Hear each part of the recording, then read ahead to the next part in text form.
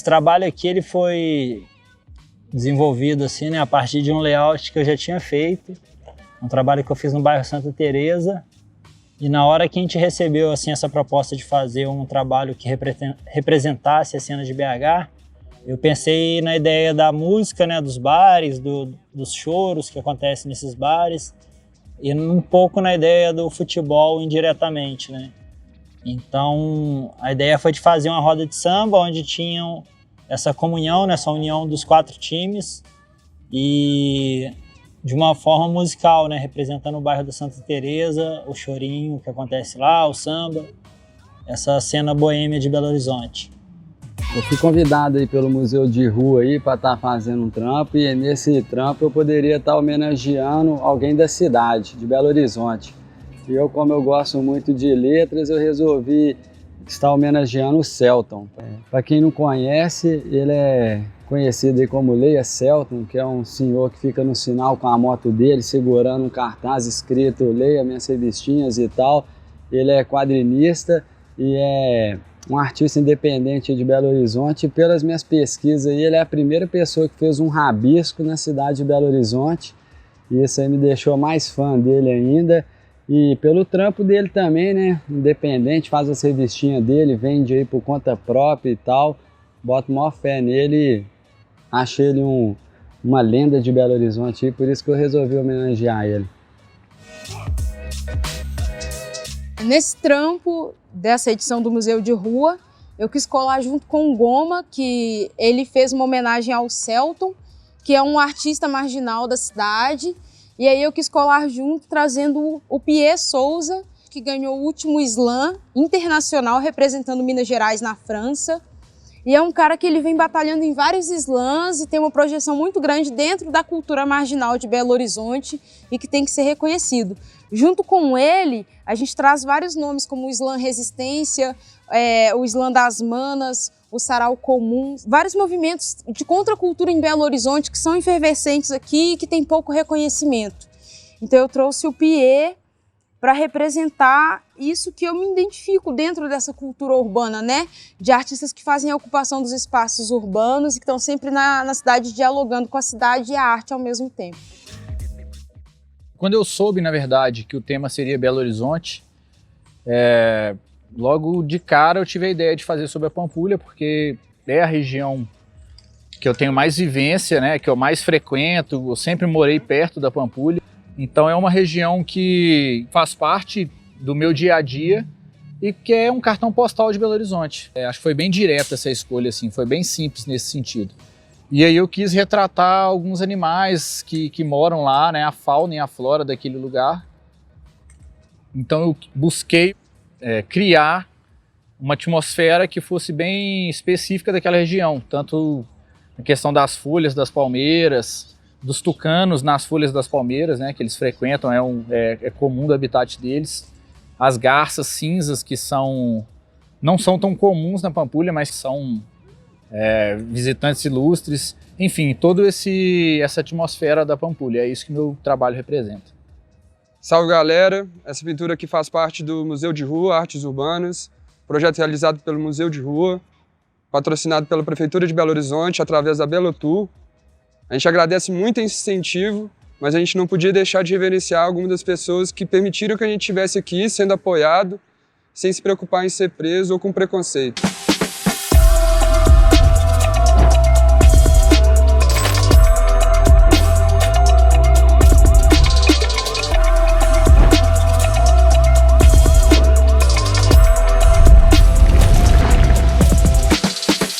Quando eu comecei no grafite aqui em Belo Horizonte, era bem raro assim, né? Tinha poucas pessoas, né? Para me conhecer, saber quem fazia grafite na época foi uma luta assim. Até que eu conheci uma galera, eu sempre desenhava na escola, nas folhas, mas não tinha oportunidade de conhecer, de ver algumas pessoas. Já tinha visto, um vizinho meu que ele é old school assim no grafite aqui de BH, que é o Nego Bar, também tinha o James, eu costumava ver algumas coisas deles, mas era bem raro assim. Então eu Só em 97 que eu pude ter a oportunidade de conhecer uma galera e pintar, né? Fazer grafite num evento, que eu acho que aquele evento, naquela época, todo mundo que fazia grafite estava lá, né? Em um muro só. Todo mundo que fazia grafite aqui de Belo Horizonte. Hoje a gente já tem uma cena bem mais ampla, assim. Então, essa questão de ter alguém, de ter oficinas, de ter internet, tudo isso a gente não tinha na época.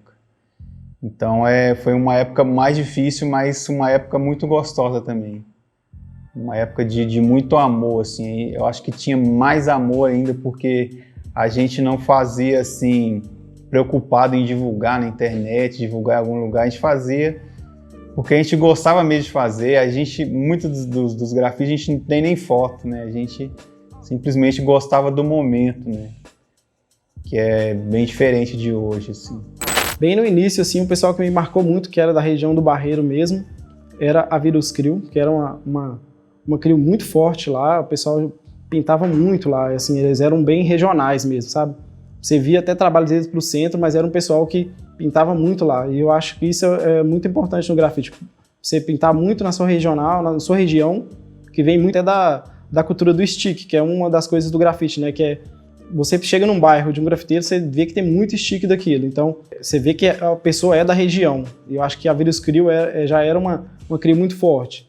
Aí vem outras também. Vem o Ed Moon, que antigamente tinha outra crew lá. Isne, o Rakan era um cara muito forte, muito sangue bom também. Eu consigo ver assim, uma diversidade muito interessante aqui, né? Não só na caligrafia, mas nos outros estilos de trabalho, de personagens, cenários. É uma cena muito diversificada, né? Eu gosto muito de Belo Horizonte, eu acho que em todos os lugares eu vejo Belo Horizonte, todo mundo muito fã do que as pessoas fazem aqui. Muitos artistas aqui, né, que conseguiram levantar o nome de Belo Horizonte, assim, fora daqui. Quando eu conheci a cultura hip hop, aí vi o grafite lá dentro, aí eu comecei a desenhar. Na escola também, eu fazia capa de caderno, né, capa de trabalho, era eu que fazia, eu era o escalado para escrever os nomes, para escrever o nome da matéria. E eu fui me aperfeiçoando desse jeito, eu não conhecia ninguém que fazia grafite, além do que eu via nos videoclipes e tal. Então, eu até copiei algumas coisas, que Rest One, algumas coisas assim, eu dava pausa no clipe, copiava para me entender como fazia. E comecei assim a desenhar, até que conheci alguns trabalhos da AIM, Lumit.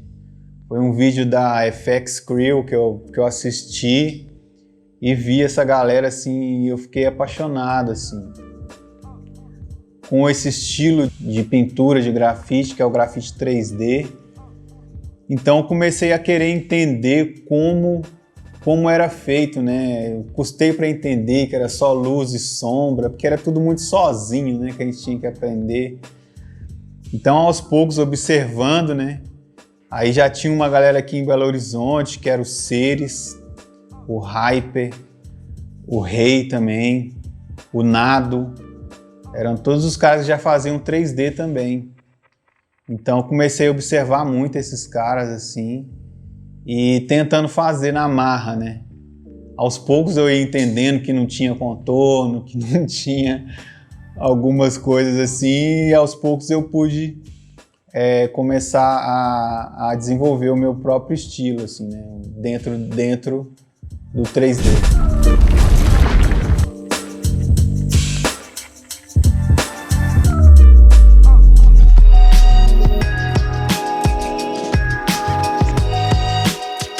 Desenhar, eu desenho desde muito moleque, velho.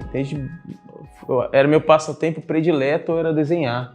Tive uma infância bem ruim, assim, por conta do meu pai era alcoólatra, aí acho que era a maneira que eu tinha de sair da minha realidade, era ir desenhar. Aí eu perdi a noção do tempo, assim.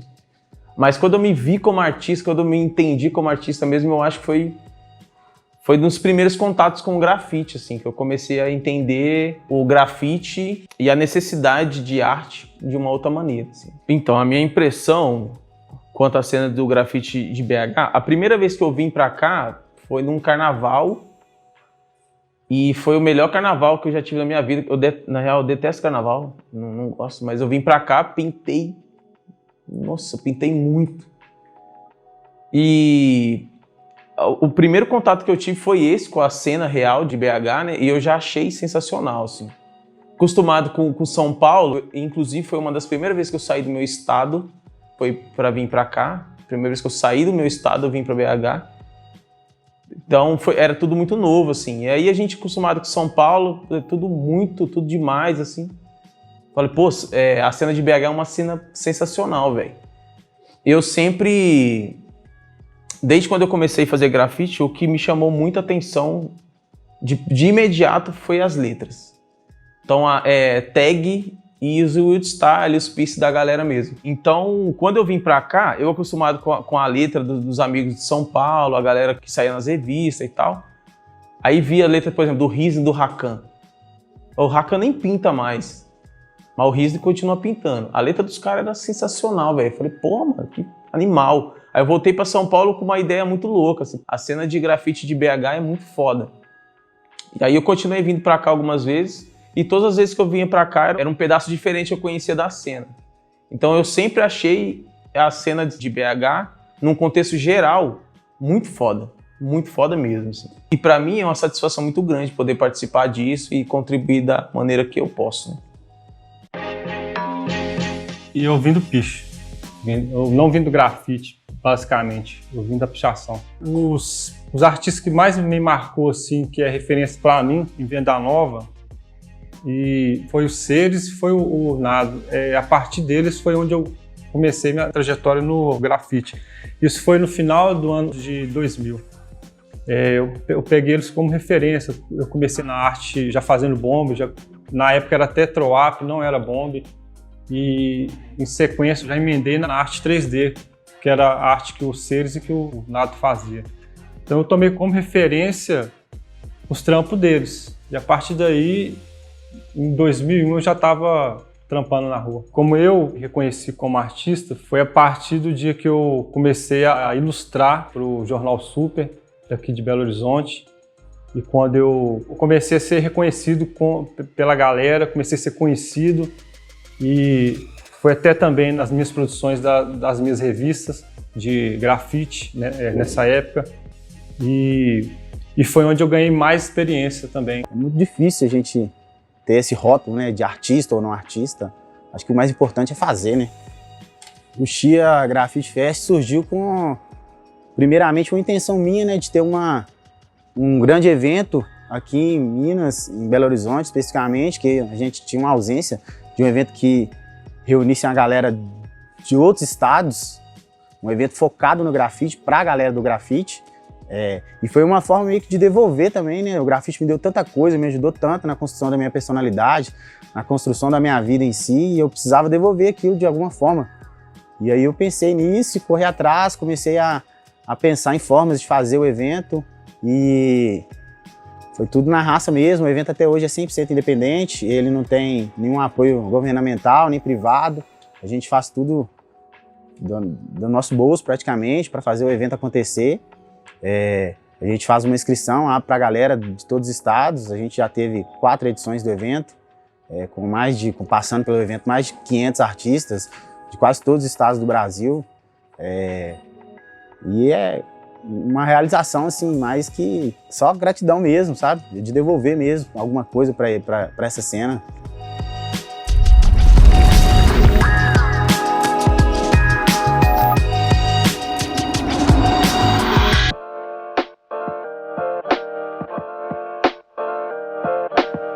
Bom, assim, essa coisa da diferença entre picho, grafite e muralismo, o que eu gosto de pensar, em primeiro lugar, é assim, que não tem hierarquia. Todos os três são importantes e cumprem seus papéis da mesma forma, né? Eu acho que, assim, tem pichador que é pichador e grafiteiro. Tem grafiteiro que é grafiteiro e muralista. É mais raro ter pichador e muralista, mas também tem. Não necessariamente todo mundo faz as três coisas. Eu acho que tem características que são específicas do picho, tem características que são específicas do grafite e tem características que são específicas do muralismo. Tem zonas aí que são meio híbridas, zonas de transição, que as coisas se misturam. Então, se você pega o tag, o bombe é uma área de transição entre a pichação e o grafite, porque ele é pichação e é grafite ao mesmo tempo. Tem uma área de transição entre o grafite e a pintura mural, entre o muralismo. Então você pega, por exemplo, grafiteiros que pintam murais, como o DMS, né, como muitos outros. Nesse lugar, o cara ele é grafiteiro e também muralista. Mas tem muralistas, pessoas que pintam mural, que vêm de tradições que são diferentes da tradição do grafite e do picho. Por exemplo, pessoas que são ilustradores de formação, que são designers, que vêm de outros lugares das artes visuais, às vezes são pintores de tela, que não têm uma relação direta com a comunidade do grafite e a comunidade do picho. Eu vejo muito o grafite e o picho como um movimento social, como um movimento que ele tem muito mais a importância de ser uma coletividade, de ser uma quantidade de pessoas que fazem isso, do que na coisa individual de um artista só, de uma pessoa que faz uma determinada coisa. Então eu acho que essa relação com a tradição do grafite e com a tradição do picho, ela faz com que a pessoa seja mais pichador ou mais grafiteiro. E a pintura mural nem sempre está ligada a essas tradições. Ultimamente eu tenho gostado de pensar assim, que a palavra grafite em alguns países é a mesma para picho e para grafite, como a gente entende aqui. Mas eu comparo com a palavra guitarra. Né? Se você pega em inglês em algumas línguas, não tem violão, tem guitarra. Você tem a guitarra elétrica e a guitarra acústica. No Brasil, você tem uma coisa muito característica que é o violão, e que tem uma importância cultural. O violão ele está associado ao samba, associado à bossa nova, associado ao chorinho. A guitarra está associada mais, às vezes, ao rock ou ao blues elétrico e tal. Da mesma forma, eu entendo que assim, o Brasil tem uma cultura própria que se chama picho com X. Essa cultura precisa ser respeitada como cultura e entendida como cultura. Essa cultura está dentro de um pacote maior que tem a ver com grafite, assim como o violão tem a ver com a ideia de guitarra. Mas tem uma característica brasileira do picho que faz com que a gente entenda. Você olha para um picho, você sabe que aquilo é um picho. Você vê a rotina de um pichador, às vezes você vê que aquilo faz parte de uma rotina de um pichador. O cara escala prédio por fora, o cara desce de rapel. Já o grafite, geralmente ele é feito dentro de um outro formato, tanto estético quanto no jeito de fazer. Isso eu não estou falando que um é maior que o outro, não. Os dois são muito importantes. Eu acho que, inclusive, é bom levar essa discussão para fazer justiça ao picho. É uma cultura que ela é muito... A cultura do picho, como nós temos ela no Brasil, ela é muito característica do Brasil, ela tem que ser valorizada como uma coisa que está surgindo do solo brasileiro e das periferias brasileiras. Então, é uma diferenciação que eu faço, não no sentido de colocar um como melhor que o outro, mas prestar atenção da importância do fenômeno cultural que é o picho no Brasil. Eu lembro que no final dos anos 80, início dos anos 90, o picho de Belo Horizonte, ele tinha uma influência muito grande das torcidas, né? Mas na grafia tinha uma influência muito grande das bandas de metal, do letreiro das bandas de metal. É bom lembrar que nessa época, Belo Horizonte era o cenário do metal nacional, talvez mundial. Foi onde surgiu o Sepultura, onde surgiu o Sarcófago, onde surgiu, sei lá, tinha o Witchhammer, tinham várias bandas que estavam no cenário mundial do heavy metal. Tinha a Cogumelo Records, né, a gravadora Cogumelo, que era o ponto de encontro da galera do metal. Então a cena do metal era muito forte e a galera tinha essa atenção muito forte com a grafia do metal. Então, desde lá de trás, eu sacava que tinha um tipo de grafia que ela era um pouco curva, mas não tão embolada quanto a do Rio. E ela tinha sempre umas coisas um pouco pontiagudas, umas setas, umas pernas GR, de letras sobrando assim, indo para frente, que era uma grafia que lembrava, por exemplo, a grafia do escrito Sepultura ou do Sarcófago. Então eu acho que o picho de Belo Horizonte, dessa época, mesmo para quem não era metaleiro, acabou tendo um pouco dessa influência do design gráfico do metal. E foi gerando um estilo que eu considero muito o estilo mineiro, que ele é mais legível do que o carioca, se for ver. Ele é menos reto que o paulista, ele é mais curvo, mas é um estilo muito pessoal e que eu acho que tem essa influência das torcidas, da galera das torcidas, e essa influência do letreiro do heavy metal dessa década de 80, 90, inclusive porque as torcidas eram muito ligadas ao metal, né? Tinha torcida Galo Metal, tinha torcida do Cruzeiro, da galera do heavy metal. Então acho que essa interferência do heavy metal, do design do heavy metal, para a grafia do picho, gerou uma característica que é muito do picho de Minas Gerais, de Belo Horizonte. E no grafite eu vejo, principalmente mais recentemente, um movimento muito forte do grapicho e da sopa de letras. Então, assim, se eu for trazer uma característica que eu acho que é muito forte do grafite de Belo Horizonte, é a sopa de letras como um encontro, uma celebração, um encontro meio social. Então eu considero o movimento do grapicho e da sopa de letras como dois movimentos que marcam muito a cena de Belo Horizonte. Aquele pico que nós pintamos ali no Viaduto Santa Teresa, para mim é um dos lugares mais icônicos assim da cena da street art em BH, do hip hop em si. Ali é onde ocorreram a maioria dos eventos de rap, de hip hop, de break, desde da década de 80, 90, ali já aconteciam coisas nesse sentido. Então pintar ali é uma satisfação imensa, é quase ali é um portal, né? É tipo um Hall of Fame que tem em Nova York, por exemplo. Ali, gente do Brasil todo passa por ali, gente de Belo Horizonte todo passa por ali. Então, pintar ali, naquela localidade, com as pessoas que estavam junto naquele dia, né? Que são dos grafiteiros mais conhecidos e que tem a carreira mais sólida em Belo Horizonte, assim, né? Dalata, Hyper, Bin, Matheus, o Thiago Alvim, DMS. Então, ali foi uma experiência maravilhosa e foi muito massa a gente pintar nós todos juntos depois de tantos anos, né? Porque a gente se conhece há mais de 20 anos, mas já devia ter, 10 ou 12 anos que nós não pintávamos juntos. Então, a sopa de letras é uma reunião de todos os estilos de grafite, né? A gente se reúne, grafiteiro que faz personagem, outros que fazem só bombes, a galera do picho aí que faz grapicho e tal. A gente se junta num determinado espaço, faz de conta um muro, aí cada um vai divide, em vez de cada um fazer um espaço grandão, divide o muro em vários espaços e um vai encaixando o seu trabalho, um bem do lado do outro. Tipo, aí vai um faz letra, outro vem faz um personagem, outro vem faz outra letra no estilo bomba, outro faz uma letra no estilo grapicho. E no final o muro é totalmente tampado em vários trampos, não só um. Tipo, geralmente umas 50, 60 pessoas tampando um muro só. E vários estilos presentes no mesmo muro. Eu tinha um trabalho na rua Guaicurus. Para quem não sabe, Guaicurus é um lugar boêmio, né? Que tem alguns prostíbulos e tal. Muito conhecido como Sobe e Desce também. Aí a galera ia ter um movimento da virada cultural. A galera do Museu de Rua, o Ivan, pediu para pintar lá. Tinha um trampo lá e pintar em cima e tal. E aí eu falei, não, de boa e tal. Os caras, eu trocando ideia com a galera, a gente pensou em fazer um caldeirão. Aí eu falei, pô, vamos fazer uma bruxa também. Então eu usei um personagem que é mais sexy, né? Que tem uns decotes mais cavadão e tal, que é Elvira, né? É um filme americano aí que tem de uma bruxa e tal, bem gostosona. E aí, fazendo menção às meninas lá. Essa responsa, né, cara, de você pegar e ter um prédio, ter a possibilidade de pintar um prédio no centro de Belo Horizonte, que eu sei lá quanto tempo que vai ficar pintado ali, né? Pode ser que isso dure décadas. E você tem essa responsa na mão de escolher uma imagem para colocar ali para as pessoas verem, né? E isso é muito... É uma responsa muito grande, né, cara? É um ponto de mudança até na minha carreira, né? No caso, no Festival Cura, né, que eu pintei. E nessa mesma edição tinha uma empena reservada para empena de letras. A empena de letras era uma empena que ia receber só artistas da letra na cidade, formando uma grande coleção de estilos ali, né? E a princípio esse prédio das letras ia ser em outro prédio.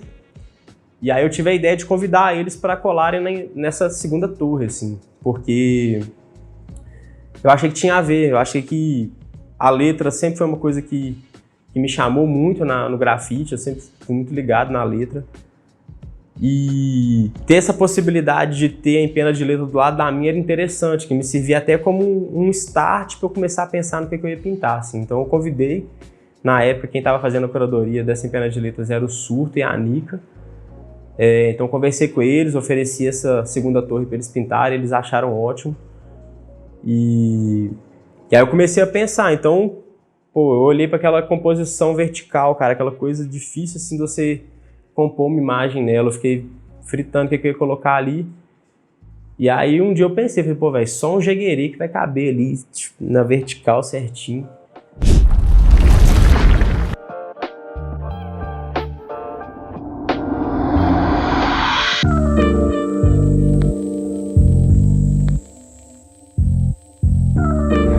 Então, sobre a história aqui de Sopa de Letras em Belo Horizonte, eu imagino que começou ali nos anos 2000. Os primeiros a organizar foi o Carimbo, aí depois foi o Felipe Arco e depois que veio as minhas. Aí eu organizei algumas e tal, e depois eu tive a ideia de organizar uma sopa nacional, que seria para quê? Para estar convidando artistas de todo o Brasil também para estar compartilhando essa sopa com a gente.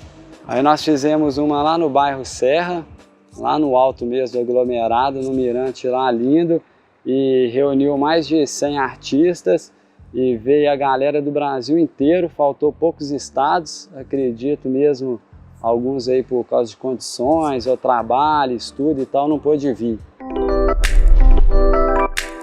Eu comecei no grafite há uns 6, 7 anos atrás. E no início aqui em BH a gente ainda não tinha acesso à paleta de cor variada, que tinha a paleta de cor para pele negra, que são os tons mais fundos de marrom, os tons mais profundos de roxo, de vermelho, de verde. Então, a partir daí eu comecei a estudar a tonalidade da pele negra e expandindo muito essa imagem para ver os detalhes quais que eram os tons que compunham essa pele negra, já que eu não tinha exatamente ali a base da pele preta para fazer o grafite. E aí, a partir daí, eu fui vendo que a pele negra ela é composta por vários tons. E eu fui expandindo esses tons, até chegar no que hoje eu consigo trabalhar com qualquer tom que tiver e conseguir reproduzir a minha imagem. Que aí eu consigo, de uma forma acessível, trabalhar a imagem negra, sem precisar necessariamente de vários tons, e retratar pessoas de cor a partir daí com várias cores, vários tons. O Museu de Rua é um projeto que nasceu de uma ideia, né, que eu e o Ivan a gente teve sobre uma determinada rua que a gente achava muito legal, semelhante ao Beco do Batman, né, que a gente vislumbrava fazer um evento lá, né, uma coisa legal. Aí a gente apresentou essa ideia a amigos nossos, né, que tinham uma experiência assim com eventos mais do que a gente, né, o pessoal que faz a Sinestésica, Caria, João Pedro, Biel, o pessoal. E depois disso a gente somando ao Goma também, que é um artista, velho, de uma representatividade na cidade aí absurda. O Dani também, que trabalha na parte de evento, a gente conseguiu, né, trazer assim essa ideia à tona mesmo e fazer ela lá acontecer, a nossa primeira edição do Museu de Rua, que foi uma coisa muito, né, velho, no corre assim, sem, né, muita grana, uma coisa bem na correria, com a ajuda dos moradores, né, a colaboração dos artistas que colaram, tanto os DJ quanto os que pintaram. E hoje em dia a gente está conseguindo, né, explorar mais essas outras áreas, né, como esse projeto que a gente está fazendo agora, que a gente está fazendo um documentário, um e-book e um roteiro, né, do turismo do grafite em Belo Horizonte, né, diante de tantos painéis que a gente tem, tantos artistas aí que merecem ser, né, mostrados aí, né, e conhecidos, alguns que ainda não estão, né, aí com esse reconhecimento. E a gente busca também estar fomentando a arte de rua através desse nosso projeto, a ocupação, né, de lugares públicos, né, onde a gente também faz nossas edições, escolas. É um projeto que busca estar trazendo uma ressignificância para o lugar onde a gente aplica o grafite. Então, o MAMU foi um projeto chamado Morro Arte Mural, que foi feito na comunidade do Alto Veracruz, e é o maior projeto do Brasil de macromural hoje e um dos top 3 da América Latina. Foram 43 casas grafitadas e é um trabalho que foi feito em específico na comunidade do Cruzeirinho, dentro do Alto Veracruz, que é uma das partes da comunidade que é mais estigmatizada pela própria comunidade. Os próprios moradores tinham dificuldade de falar sobre morar na comunidade quando ia numa entrevista de emprego ou algo do tipo. E hoje, depois do MAMU, as pessoas falam: eu tô lá, moro lá naquele local onde aconteceu aquele projeto que as pessoas pintaram e tal. Então ressignificou boa parte daquilo que significava aquele espaço para aquela comunidade. Depois disso, tem muitos moradores que utilizam daquele espaço como um espaço turístico, que sabem que tem pessoas que têm interesse em conhecer o painel e levam as pessoas até os painéis para elas conhecerem a pintura de perto. Isso gerou renda para a comunidade. Na época do Mamu, a gente teve uma verba para distribuir e essa verba foi toda distribuída entre a comunidade. Todas as pessoas que trabalharam no projeto, do início até o fim, foram pessoas da comunidade e pessoas que de alguma forma vivenciaram aquele projeto intensamente ali. E a renda ficou toda dentro da comunidade. Essa é a importância do Mamu. Gerou renda para a comunidade e ressignificou um espaço que antes era estigmatizado até pela própria comunidade dentro de um espaço periférico que é o Alto Veracruz.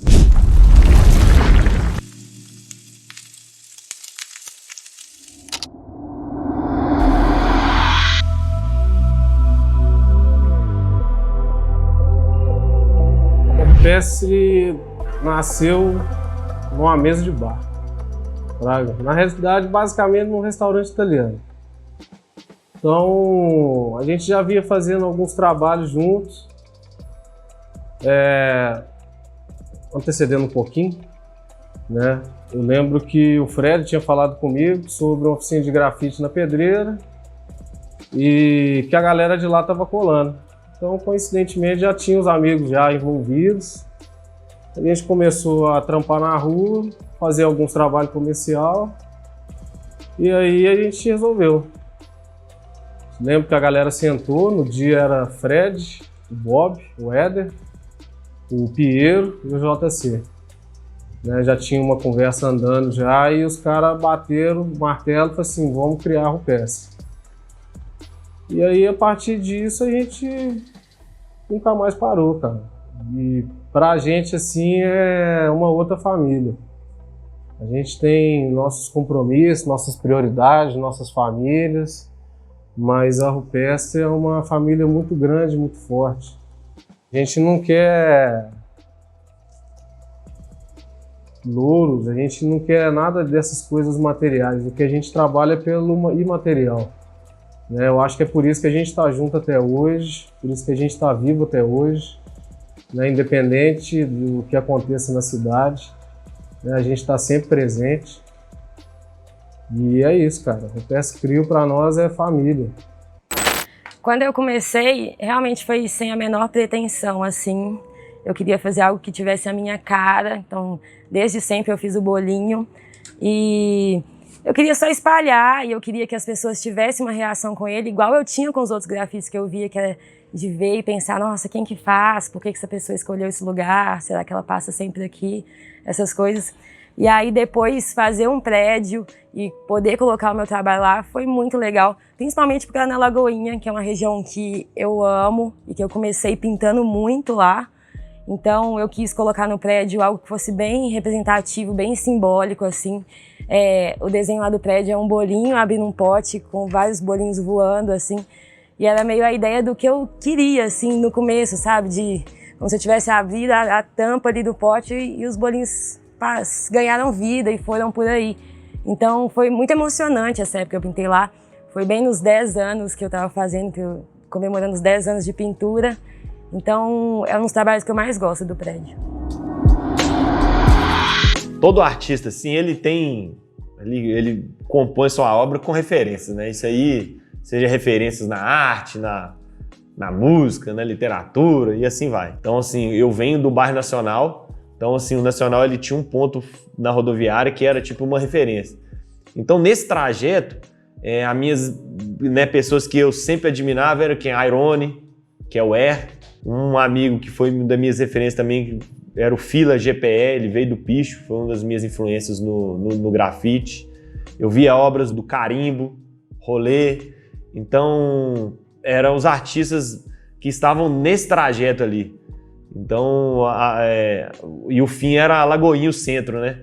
Então ali, nesse itinerário, assim, eu vi bastante grafite de muita gente, artistas que estão aí até hoje, que tem um trabalho legal pra caramba e são muito importantes, assim, que fizeram parte da minha trajetória, assim, no grafite.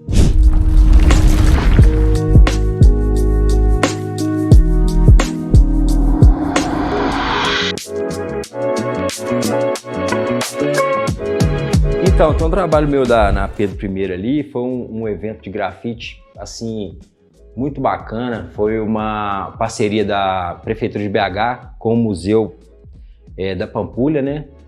E aí convidaram vários artistas, tal, me convidaram e tal. Aí eu decidi fazer um painel com algumas figuras assim bem populares do meio da música, né? Então lá eu coloquei o Sabotage, Janis Joplin, Jim Morrison, Cazuza, o Milionário, né? Da dupla Milionário Zé Rico. E então é o seguinte, a música ela toca a gente muito profundo, pelo menos a mim. Então todas as pessoas que passassem de ônibus, lá o fluxo é muito forte, eu queria atingir todas elas. E da mesma forma, cada personagem daquele painel é o meu estilo, meu gosto musical. A galera vai e questiona, pô, mas você pintou um sertanejo e você não é grafiteiro? E aí é o seguinte, o grafite, como tudo na vida, ele evolui. Eu evoluí também, eu adoro o rap, né, que é a música do hip hop, mas eu não posso negar minhas raízes. Eu gosto também do Milionário Zé Rico, modão, eu sou mineiro, né, cara? Já tinha anos que eu tinha essa vontade de fazer um trampo sobre o hip hop em BH, que não fosse só um trampo também meramente estético. Eu queria que esse trampo tivesse um conteúdo também, para além da imagem. E ver essa oportunidade através de um edital da prefeitura, que foi o edital do Projeto Gentileza, que financiou vários painéis aí na cidade. E eu fui selecionado nesse edital e tive recurso para conseguir fazer um painel de grandes proporções. Não só o recurso, né, como tinha a questão também da autorização, né? Porque através desse edital a gente conseguiu a autorização de vários muros que eram difíceis da gente conseguir pintar. Muita gente está representada ali no painel. E esse painel ele conta mesmo uma história, não é uma história linear, não é uma história com início, meio e fim, mas ela misturada, ela tá ali. Quando a gente divulgou o projeto, antes dele ser executado, a gente percebeu que as pessoas tinham um preconceito com a arte de rua e com o grafite. Depois do projeto pronto, todos os tipos de pessoas começaram a interagir com o mural. Então a gente acredita que esse preconceito tem se desconstruído. Bom, o Mineirão ele tem uma esplanada enorme no entorno. Com o mural, a gente percebeu que as pessoas começaram a ocupar o espaço como um todo. Então o pessoal vem, tira fotos, interage com o mural, além de ter trazido muita cor para o gigante, que até então era só concreto. A partir do momento que o grafite começar a ser reconhecido academicamente, falando nas universidades, escolas e assim vai, o grafite, quando eu estou falando do grafite, eu estou falando do grafite mesmo. Eu não estou falando street art, não estou falando de outras abordagens que nasceram a partir do grafite. E é uma questão de tempo também, né? De aceitação e tempo. Eu acho que a caminhada desse estilo ela já está bem consolidada. Assim. O Brasil tem grandes artistas, referência mundial no grafite. E esse é o caminho, assim, um pouco de aceitação e quebrar algumas barreiras. Assim, você passar dias e dias pintando, você investir dinheiro, porque o grafite, assim, ele é um investimento eterno pro grafiteiro, né? Para quem pinta realmente, assim, o grafite de rua. Assim, cara, é muita paixão mesmo, porque não existe outra coisa que move. Ou o cara gosta ou ele não gosta. Eu acho que essa paixão, assim, ela é um divisor de águas também na carreira de todos os artistas, assim, do grafite, porque essas dificuldades, você ficar no sol, você ficar na chuva, você ficar na rua, tem hora que você não tem um lugar pra você ir no banheiro, não tem um lugar pra você comer, é isso, velho, você quer comer um negócio legal, você não tem, então, assim, isso aí, cara, ajuda a dar uma... Não vou falar que peneirada não, mas ajuda a dar uma... porque tem gente que não está disposto a viver essas dificuldades, entendeu? Mas o artista que é grafite e é grafiteiro mesmo, isso aí não é uma barreira, entendeu? E uma das coisas que eu gosto sempre de dizer é que a magia do grafite não é o grafite em si, a magia do grafite é o grafiteiro, cara. Eu levo isso comigo. A magia do grafite é a gente, velho. Porque o trabalho todo mundo cria. Entendeu? Você pode criar um trabalho que você não vai saber nem quem é, mas a partir do momento que você conhece um grafiteiro mesmo, você vai entender o que é a ideologia dele, o que cada um pensa, cada um tem suas loucuras, suas adversidades, mas a magia é a gente, né, velho?